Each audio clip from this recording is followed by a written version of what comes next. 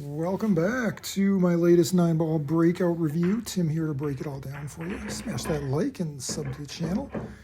It helps, it helps out my channel and keeps me motivated to keep doing what I'm doing, and also, helps spread the information to other potential viewers that, want to take their game to the next level like we are doing here. Don't be selfish and keep all the good information to yourself. We gotta share this with the world.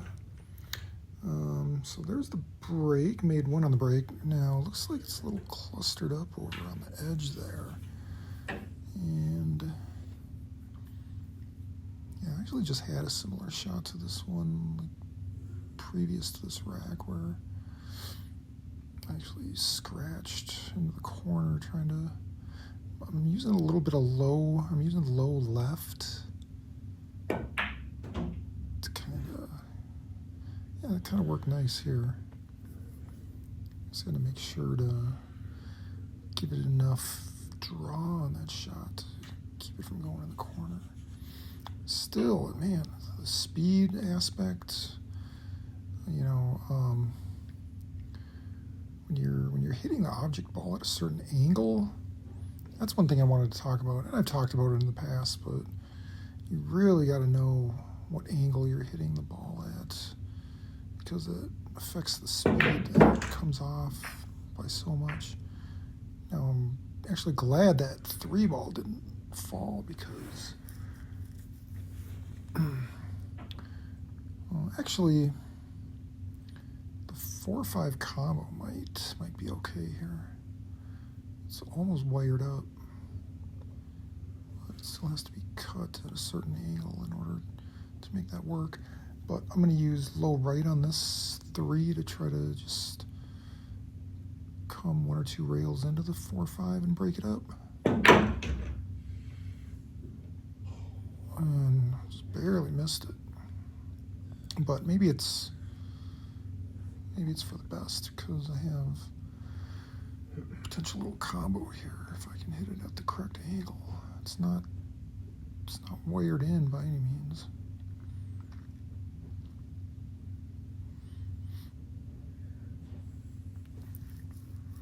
I'm gonna try to hit the 4 a little more full than I would otherwise. And then you want to consider where the cue ball's gonna end up too. Always tricky on combos to figure out where exactly you think the object ball and cue ball are going to end up in relation to each other. So I got it to go, and yeah, I guess you could call that a certain amount of luck. But as you know, we make our own luck with hard work.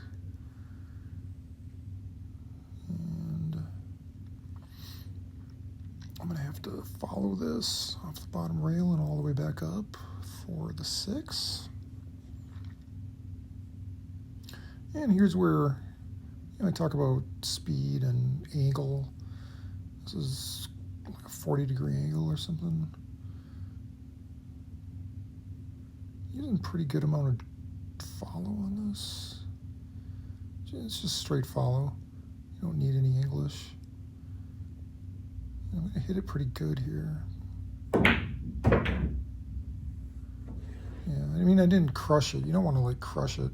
Sometimes that's a problem with my cue ball speed, is it seems like I have either, soft, too soft, too gentle, or just crushing it, obliterating the cue ball into the object ball.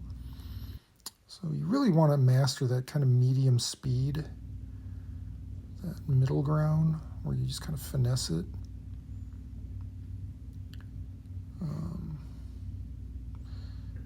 So that's kind of what I'm learning to master, especially, like I said, if you can judge the angle and spin and how it comes off the rails, the rails slow it down. Like here, I'm drawing it, that slows it down, and then it goes off the rail, also kind of slowing it down. So I can hit this a little hard, and Yeah, see, I hit that pretty solid, and it didn't take off on me. It went basically perfect, about as good as you could hope there. It's not sitting right on the rail. It's out in the middle of the table and a little bit of an angle. I think here I'm just kind of lining it up, getting a feel for it, trying to decide how I want to hold it. It's kind of right over the pocket, but I think I can make it work like that.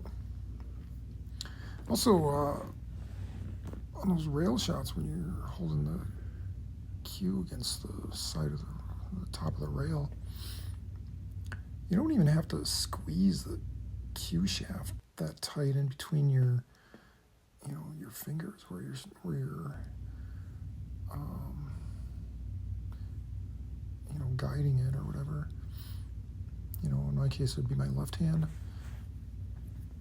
I think it's almost better where you just kind of keep it loose, because it always bothered me where the shaft goes from thin to thick, and as you're going back and forth with it. So sometimes you don't even have to grip it that tight. Here, I'm just trying to find it. I gotta make sure I make this. I definitely want to hit it just kind of that finesse, medium speed to come back across. Just follow on this one. Go straight into the side rail and back over. Yeah, see, that's a nice speed. Yeah, it could have even been a little further, but that's good. I mean, that's what you want if it's, if you ask, would you take this shot, to close out the game? I'd take this every time, I think. But yeah.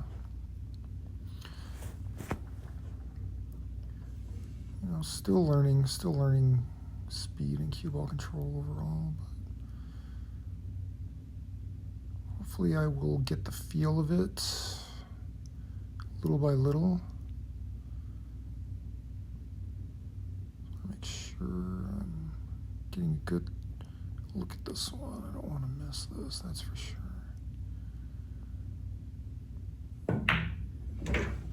Alright. Thanks for watching. Oh, and for those who stuck around, we're actually going to do a bonus. A little short rack here. So this will be a quick one. So stick around. Another minute or two here. Another minute, I guess. Okay, made one on the break there. Good. And I'm kind of liking this break. I think I'm almost mastered the break where I'm able to, a lot of the time it seems like, make at least one on the break and have a shot on the one like this, and then hopefully have the two in close proximity as well. So here I am. I used top left on that. Yeah, that was actually a nice shot. That was actually a really beautiful shot. I was right up against the 2 ball trying to shoot that one, and I had to use top left to get it to go off the rail, reverse spin off the rail, back down to this side of the 2. Could have came maybe a little further, but able to cut that in, and actually the 9 ball goes in along with it. So nice.